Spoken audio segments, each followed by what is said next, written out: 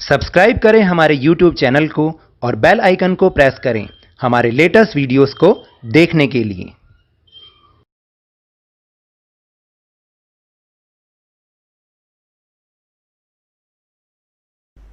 Hello and welcome to Lavneesh sir की class. आज की ये शिक्षा निदेशालय राष्ट्रीय राजधानी क्षेत्र दिल्ली की वर्कशीट नंबर 24 जो कि क्लास 8 के स्टूडेंट्स के लिए है। यह ली गई है सामाजिक विज्ञान के सामाजिक एवं राजनीतिक जीवन विषय से, जिसमें हम समझने की कोशिश करेंगे पार्ट नंबर 7 को, हाशियाकरण की समझ, भाग 1। तो देखिए, आज से हम एक अपना नया लेसन शुरू कर रहे हैं जिसका नाम है हाशियाकरण की समझ। ये पार्ट नंबर 7 है जो कि आपकी सामाजिक और राजनीतिक जीवन की पाठ्य पुस्तक से लिया गया है।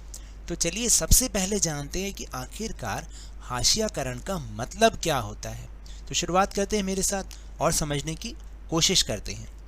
हाशियाकरण, जब कोई व्यक्ति, समूह या समुदाय के लोग समाज के अन्य लोगों से अपने आप को कमतर समझते हैं और समाज से बेदखली का एहसास महसूस करते हैं, तब ऐसी अवस्था को हाशियाकरण की अवस्था कहते हैं। तो देखिए क्या होता है कि जब कोई व्यक्ति होता है या कुछ समूह होते हैं, कुछ व्यक्तियों के समूह होते हैं या समुदाय होते हैं, कोई ऐसा समुदाय जो कि ऐसा अपने आप को मानने लग जाता है कि हम उस समाज के लायक नहीं हैं, उनसे कम हैं और समाज से बेदखली का एहसास महसूस करते हैं। इसका मतलब कि समाज भी उनके साथ कोई संबंध नहीं रखना चाहता। तब ऐसी व्यवस्था को, ऐसी अवस्था को हम हाशियाकरण की अवस्था कह सकते हैं। ऐसा व्यक्ति या समूह सामाजिक चीज़ों के केंद्र में नहीं रहता या फिर अपने आप को समाज के साथ रहने लायक नहीं समझता, या एहसास करता है कि उनका व्यवहार अन्य लोगों के साथ सही नहीं है या और लोग उनको अपने आसपास पसंद ही नहीं करते हैं। तो देखिए बहुत सारे लोग ऐसे भी होते हैं जो कि इस स्थिति से गुजर रहे होते हैं, और ऐसे व्यक्ति क्या होते हैं, वो सामाजिक चीज़ों के केंद्र में नहीं रहते, यानी कहने का मतलब है वो अलग थलग पड़े रहते हैं।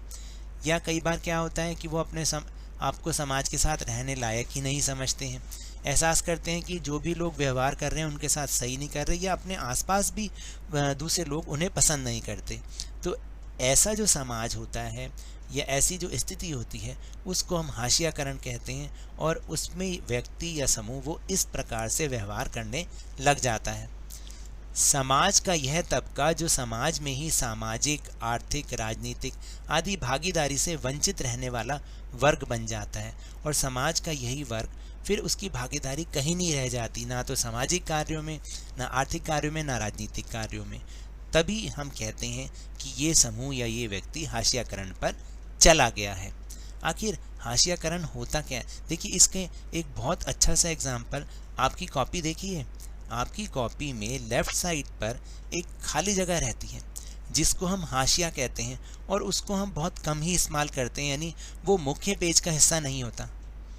इसका मतलब यही हाशियाकरण के साथ भी है, लोगों के साथ भी है, समुदाय के साथ भी है, यानी ऐसा समुदाय जिसको मुख्य समाज में जोड़ा नहीं जाता बल्कि छोड़ दिया जाता है, तो उसको हम हाशियाकरण कहते हैं। अब समाज में उनके हाशियाकरण की कई वजह हो सकती हैं। जैसे हाशियाकरण की क्या वजह है? जैसे अलग रीति रिवाज होना, जैसे कोई समाज है या कोई लोग हैं जिनके रीति रिवाज ही अलग हैं, जो कि सारे समाज से थोड़े से अलग हैं, या उनकी भाषा कुछ अलग हो, या गरीबी हो, फिर या सामाजिक हैसियत में वो अपने आप को कमतर समझते हो। तो ये कई वजहें हैं जिनके कारण जो लोग हैं वो हाशियाकरण पे चले जाते हैं, या लोगों जो समाज के लोग होते हैं उनको हाशियाकरण पर धकेल देते हैं। तो देखिए होता क्या है कि कई बार इस समूह को लोग दुश्मनी और डर के भाव से भी देखते हैं। अलग थलग किए जाने के कारण इस समुदाय के लोग सरकारी सुविधाओं, संसाधनों और अच्छे मौक़ों का फ़ायदा नहीं उठा पाते हैं, तथा अपने अधिकारों के लिए आवाज़ उठाने में भी चूक जाते हैं, यानी वो अपने लिए आवाज़ भी नहीं उठाते हैं। ये लोग जिनके पास ज़मीन है, धन दौलत है, जो ज़्यादा पढ़े लिखे हैं, उनके मुकाबले में ये अपने आप को शक्तिहीन महसूस करने लग जाते हैं। तो अब आपको समझ में आया कि हाशियाकरण क्या होता है। तो अब ये तस्वीर देख रहे हैं आप, इससे आपको क्या समझ में आया? कौन लोग हैं ये? जी हाँ, आदिवासी लोग हैं। आखिर आदिवासी लोग होते क्या हैं, कौन होते हैं, इनका क्या मतलब होता है। क्योंकि जब भी हम सोचते हैं ना आदिवासी, तो हमें यही समझ में आता है कि एक ऐसा सा व्यक्ति जिसके सर पर पंख लगे हुए हैं, या उनके हाथ में कुछ हथियार है, या वो उन्होंने अजीब से कपड़े पहने हुए हैं। तो हमारे दिमाग में वही छवि बनी हुई है। देखिए आदिवासी का मतलब क्या होता है। आदिवासी शब्द का मतलब होता है मूल निवासी, यानी ऐसा समुदाय जो जंगलों के साथ जीते आए हैं और कई जगह आज भी उसी तरह से जी रहे हैं। तो यानी ये वो व्यक्ति होते हैं जो कहीं बाहर से नहीं आए, बल्कि शुरुआत से ही वो जंगलों में रहते आए हैं, तो उनको हम आदिवासी कहते हैं। भारत के कई राज्यों से मिलाकर लगभग 8% आबादी आदिवासियों की है। आदिवासियों ही अपने पुरखों के गांव और प्रकृति की उपासना करते हैं, यानी इनके जो पूज्य होते हैं वो भी अलग होते हैं दूसरे लोगों से। प्रकृति में पर्वत, नदी, पशु आदि को ये अपना निवास स्थान मानते हैं। हमने किताबों और फिल्मों में आदिवासी के स्वरूप को देखा होगा। वे रंग बिरंगे कपड़े पहने, सिर पे मुकुट लगाए दिखाई देते हैं। आदिवासियों के लिए ये धारणा बनी हुई है कि वे आगे नहीं बढ़ना चाहते, बदलाव या नए विचारों से दूर रहना चाहते हैं, या उनका जीवन पुराने किस्म का और पिछड़ा हुआ है। तो देखिए ये सब सारी चीज़ें आदिवासियों के साथ जुड़ी हुई हैं।